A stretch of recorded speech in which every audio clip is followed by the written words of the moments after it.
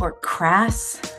Am I just Pollyanna or the ostrich? I was sitting in my van having just finished listening to a Marco Polo from a close friend in the Twin Cities, and my shoulders felt like I was still holding weights from the gym. And despite this intense workout I just finished, I was cold all over. My friend's experience with the intense ice presence in her city was palpable through this Marco Polo on my phone. Her disgust, pain, anger, shock, and really genuine terror, it coming from somebody who is quite possibly even more positive than I am on a regular basis, had me questioning everything I talk about and the role of joy in this moment. And that question, insensitive or naive, just kept circling. And I took a beat, took a breath or two to settle. And instead of continuing to spiral around the questions, I remembered something that has guided my work for years. The words of Toy Derricott that I used in the opening quote of Joyosity. Joy is an act of resistance against abuse, against dehumanization, against defeat, against burnout, against exhaustion, and quietly slipping into, well, this is just how it is now. And while the scale and intensity of my friend's experience isn't the norm for most of us, the mechanism is very familiar. We see the same patterns show up at work through different struggles. Leaders and teams alike, and I imagine you too, deal with toxic workplaces, toxic coworkers, systems that don't recognize our humanity. You feel defeat, burnout, exhaustion, and an acquiescence to the status quo. Joy in the midst of all of this isn't crazy or crass. It's connected, it's constructive, and it's courageous.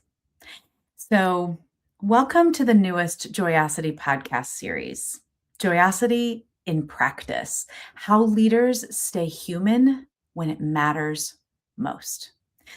This series, we are exploring what joy in action looks like as a practice, a way to reconnect you to yourself and to others, to build and construct workplaces where people flourish, and to practice courage against the pull of not make a fuss and let's protect the status quo. Because that same erosion, the kind that dehumanizes people in the world writ large, shows up quietly in leadership too. And likely in ways you felt yourself. Leadership doesn't usually fall apart in these big moments. It erodes, it under pressure, expectations, and this unspoken story, this unspoken belief that you're supposed to have it together by now. And that's, I think, where joy is most misunderstood. Because joy isn't optimism. Joy is definitely not toxic positivity. It's not pretending things are fine. It's not denying reality. And it's definitely not a reward for getting everything right. Joy and joyosity, it's a practice. So one that I and leaders and healthy people in the world return to when the pressure is so real and the stakes are high and the old ways of pushing harder have stopped working. And the reason we're taking it's this series, we're going to take joyosity out of theory and really into the lived experiences with real leaders who experienced very real tension and moments where staying human is hard, but actually the very best leadership move. And so today's episode, I, your host, Jenn Whitmer, keynote speaker, award-winning author, leadership consultant, and all-around joy bringer, I want to explain why joy is strategic. And not just explain, really explore it with you, and why joy produces better leaders, healthier workplaces. I want to talk about why we struggle so much with that and what it costs when we create and treat joy as optional. And so, what do we do with the struggle that most of us have with joy at work and in the rest of our lives?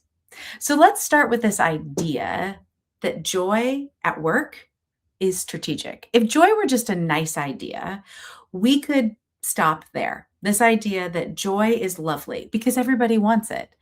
But it turns out that joy actually changes measurable outcomes because it changes how we function and the way we show up in the world. So, let me give you a very quick overview and reminder. If you are a listener, a regular listener, or if you've read the book Joyosity, if you've been working through Joyosity Works Playbook, you're going to recognize this. You could probably just say it with me.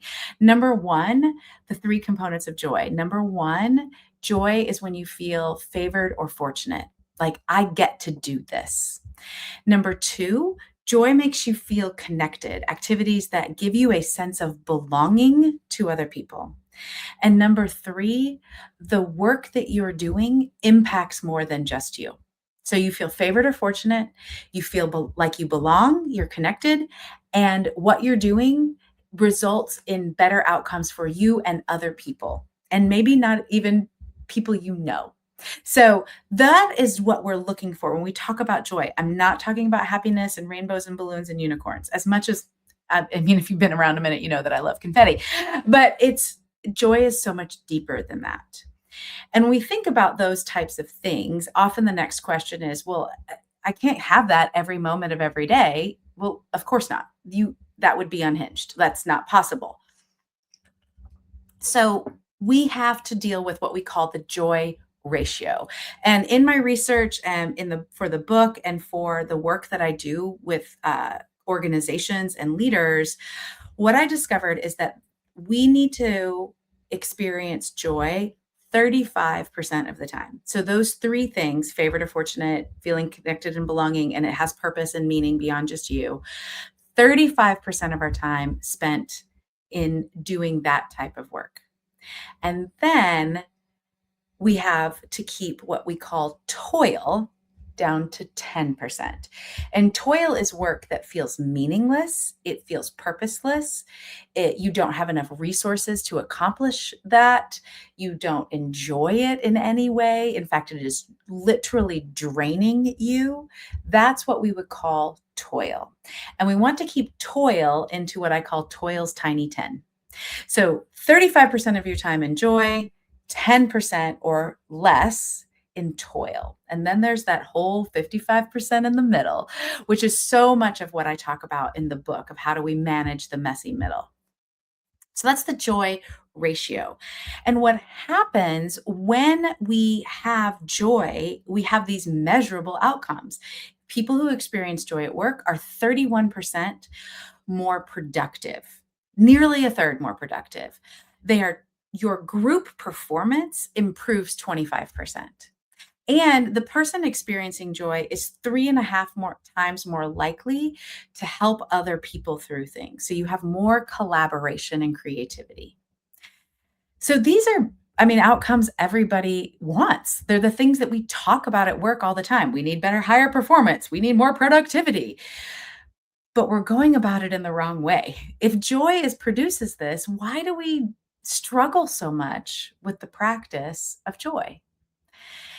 I think a lot of it comes from the lie around it's not that bad, just push through. And that, just push through actually works really well early on. Because especially when you're creating change or you're starting something new, sometimes you just need to get started because your emotions haven't experienced it yet. You're not there. So you got to create momentum and you start pushing through. But what happens is pushing through is very much for a moment in time and it stops working. And it actually becomes the law of diminishing returns. It doesn't produce what it used to produce or what you're trying to get it to produce. The amount of effort of pushing through doesn't equal a great reward. And we start then pushing through as habit, as reflex, rather than thinking strategically, is this still working? And what happens is we praise endurance, and endurance is good. I'm not saying we shouldn't have endurance, but endurance by pushing through isn't sustainable. And endurance without any kind of discernment and centering of joy is self abandonment and self doubt. That doesn't work. And so it becomes a problem for us when we have faster decisions with lower quality. We don't have any type of insight about what we're doing. It's just reflex. It's just reflex or what we call mechanical. And sometimes people will excuse that away. They're like, "Oh, it's not a habit. It's just a hard season." I've got some very conflicting feelings about the word season. I know that there are seasons. But I think what happens is we lack discernment about, is this a season or is this a pattern? And I think because we're so used to pushing through joy and we ignore joy, like we'll just push through. It's not that bad. I'm going to keep going. We have developed a habit that is a pattern and we excuse it away with it's a hard season. If it's always hard, that's not a season. If it's always hard, it's not a season. It's become a pattern and the way that you operate, and it's not working anymore. So, what happens when we forget joy and we treat joy as optional and we operate then out of pushing through? What happens at an organizational level is the high cost of disengagement, the high cost of operating in a fear based, high control culture. We lose creativity. We have increased levels of toil. So, when you have that toil outside of the toil's tiny 10, when you have increased levels of toil, what happens is that you have impaired cognitive function. You're not firing on all cylinders. You have diminished memory. You're not remembering things both individually and institutionally, which leads to a lot of reinventing the wheel. You have a reduced ability to learn and you have reduced engagement. That disengagement causes people to leave back to that lower quality of decisions, but it also creates toxicity because you're not operating in a healthy space. And what toxicity is, it's not so much this sudden injury. Toxicity is that, oh, you started drinking something that isn't good for you, and it starts to quietly eat away at your cells. That's toxicity. And it's still just as dangerous. It's more like poison than it is like a car accident. We notice the car accident. We don't always notice the small, quiet toxicity. And when you create that toxicity and you allow it, that at the cost of joy, that toxic employee, the one who is operating in these toxic behaviors organizationally, starts to cost you. And it costs you two times what a top performer adds to the group. So all that great joy that we added gets stolen when toil is too high and we just keep pushing through and we allow the toxic behaviors. And it costs you two times what those top performers who are experiencing joy give you. That's the organizational cost. But we also pay the cost personally and individually. We have higher levels of irritability. I don't know about you, but when I'm not experiencing joy, my patience is real low. And I don't have it in me to give grace to other people or to re-explain something or to have empathy and compassion. Sometimes I just feel numb. I'm like, I can't do it. That's the personal cost of not centering and practicing joy. We mismanage our stress, which creates incredible issues for our body. we're kind of floating through life without intention. And those higher levels of stress cause physical issues. I know when I was in the midst of a toxic work environment, I had this knee injury that was completely unexplained. There was no reason for it. And it had absolutely everything to do with all of the pressure of a toxic work environment that I could not manage the stress. I didn't have joy in the center either. So those physical issues then start to accumulate in your body. And we base everything in fear and scarcity, those decisions, because you're like, well, I can't do this. So you keep kind of operating with a handicap that doesn't allow you to live fully. And one of the biggest struggles I notice that is both organizationally and personally when it comes together is the research says that we lose 120,000 people a year. And I don't mean they leave, I mean they die. 120,000 deaths a year from work related stress. That's just unacceptable. And what happens is you, as a leader operating in that personal cost, you model self neglect as success. We kind of try to dress it up. It's not working for us. And so, what we need to do is operate in this space of, I said, where joy is connected. Joy gives us constructive things to do and it's courageous. But we need to make it a practice. It has to be something that is not one big, like, sweep it all off and demolish the building. It's more of a quiet cleanup, gentle rehab. Then we're going to keep moving out. And when you practice it, then you start to notice all of that joy ratio work happening for you. So when joy becomes a practice, we're looking at things that are small, we're looking at things that are intentional, and we're looking at things that are repeatable. And we restore the connection and we restore the building and the courage one small thing at a time. Because it's too much. When we look at the large global economic system, it's too much. I can't do anything about that. Oh, but you know what I can do is understand what brings me joy in this small space and start to practice that. That is possible. That brings it down to the level of something you can do. And the research shows that that then has the domino effect to start us help change overall. And I think I have so much empathy for high performers because I think practice is hard for high performers. I think practice is hard for Americans, for Western culture, because it feels inefficient. It feels slow. There is very little practice that has instant payoff. We don't like that. I want to see the results right now. Give me my 5 easy steps to make joy happen, and I can be done and I can see it happen. And that is not how joy works. And it's also not how effective change works over time. We need to practice it because we need to compound it over time. We need it to grow slowly. I say a lot, I say in the book that real joy has deep roots. And plants don't grow overnight. The ones that stand tall and long for hundreds of years don't grow quickly. Those roots grow deep, they grow wide, and then the plant starts to grow. That is the practice of joy. And I get why we don't like that. I would like this now, please and thank you. I want, like the George Jetson life where I press a button and it comes out. And that unfortunately just isn't real.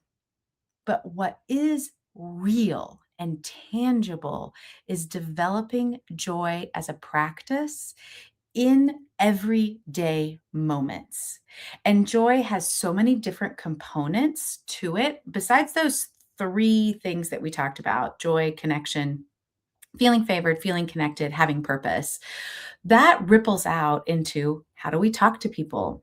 How do we have good timing for making decisions? How do I deal with imperfection? What does play look like? Am I enough? How do I collaborate? How do I discern good ideas and what to do next? All of those things are how we really practice joy in the everyday world of a leader.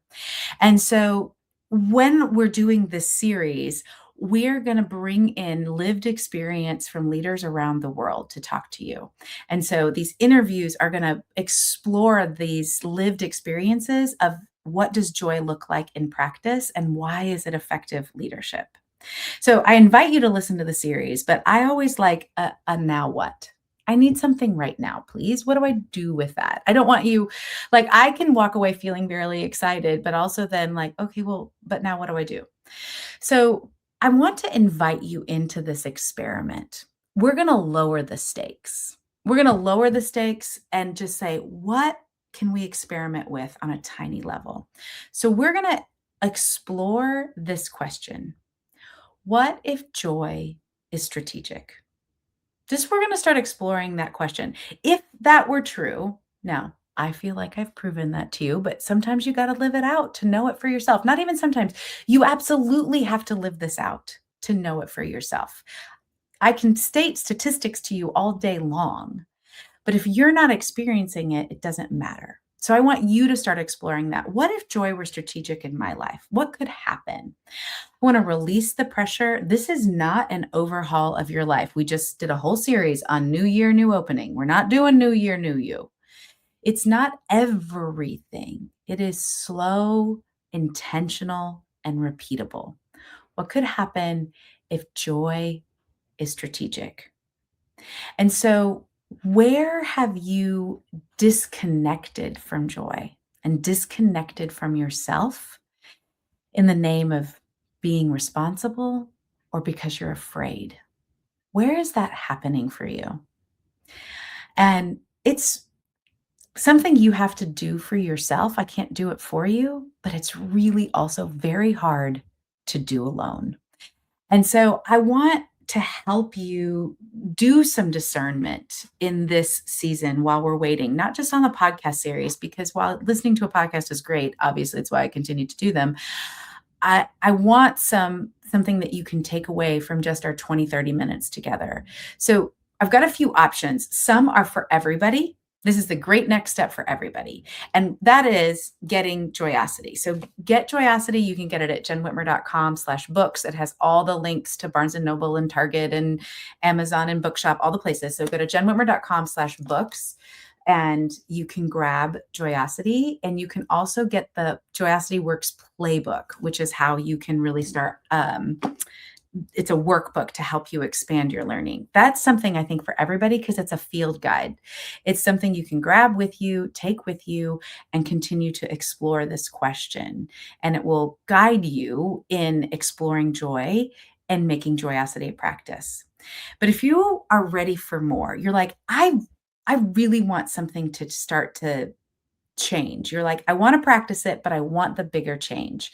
I have two options for you. One, as an individual, I offer VIP leadership intensives, and that could be a great fit for you. I know a lot of leaders struggle with things that happen over time. So this is a one day where we'll do some intense things that will really shift in one day. And you can be shocked at what happens and how that can really shift things. It's still not an overhaul, but it's one day that brings a huge shift for you. And that's for individuals. And then if you are part of an organization, bring me in to speak at an event that you're hosting or even a longer engagement with your team. And we can figure out, well, what are the places where joy is missing? Is it missing in your communication? Is it missing in your decision making? Is it missing in the way you're implementing your values? Are you not doing well with conflict? What's the place that is really stealing your joy, where toil is high? And we can operate in that. I have a few topics besides just Joyosity as a topic and introducing that concept to your team. I have other topics as well that we can work on over time. So bring me in to speak. And all of that, just shoot me an email, jen@jennwhitmer.com. I know some of you like to stalk and you're like, I'm not ready to email her yet. I don't know if I'm ready to get on the phone. That's totally fine. You can go to my website and you can find information about speaking there and the other coaching work that I do if you want to get a little more information before you shoot me an email. And what I'll do after that email is probably just hop on the phone with you for a few minutes and see what's a good fit for you. And that's the best way to get the guidance that you need to help you start to bring joy into the center rather than this idea of disconnection and fear. I want to bring you back into connection, back into being constructive, and into courage, that you're not abandoning yourself for the benefit of somebody else. That's what I don't want. That you don't abandon your own humanity or, God forbid, dehumanize other people for the benefit of somebody else. That's not good for anyone. So, this series is really about staying human, not being perfect, and bringing joy into that everyday life. I imagine that something that I said today might have challenged you.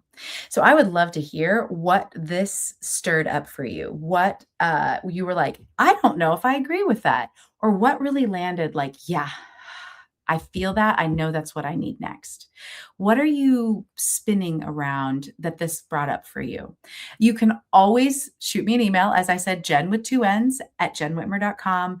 You can DM me on LinkedIn or Instagram, and I will have all of those in the show notes for you. I'm at Jenn_Whitmer on Instagram. You can find me Jenn Whitmer on LinkedIn. But if you like a direct link, it's going to be in the show notes. And then as you head back to your day, like you've listened to this may have rattled you in some way or inspired you. I want to leave you with the invitation to experiment. We're not changing everything in one day. We're experimenting with the idea for you. What if joy were strategic? What if I reconnected rather than operated out of fear? So you can choose one small thing to move forward, one intentional shift, because joyosity and joy are not about being somebody different. It's about staying connected to who you are when it would be much easier to abandon yourself because it's hard. And if this episode was helpful for you and you've got somebody thinking in your brain they need to hear this, maybe it's your leader, maybe it's a colleague who's a leader at another organization, maybe it's your sister or your mom, maybe it's your brother, share it with them. I always love it when people are like, I think you would love this podcast. And they're always right. Your friends know. So you know your friends, share it with them. If you would rate and subscribe Joyosity, that is how more leaders find us. And it's really incredibly powerful. And I want other leaders to join this movement and join us in this conversation that is rooted in the belief that joy isn't extra, that we have so much power. We have so much agency. And we believe in joy, that it is the audacity to believe that the future belongs to those of us who practice and those of us who cultivate joy, even when it gets challenging. I want that type of joy for you.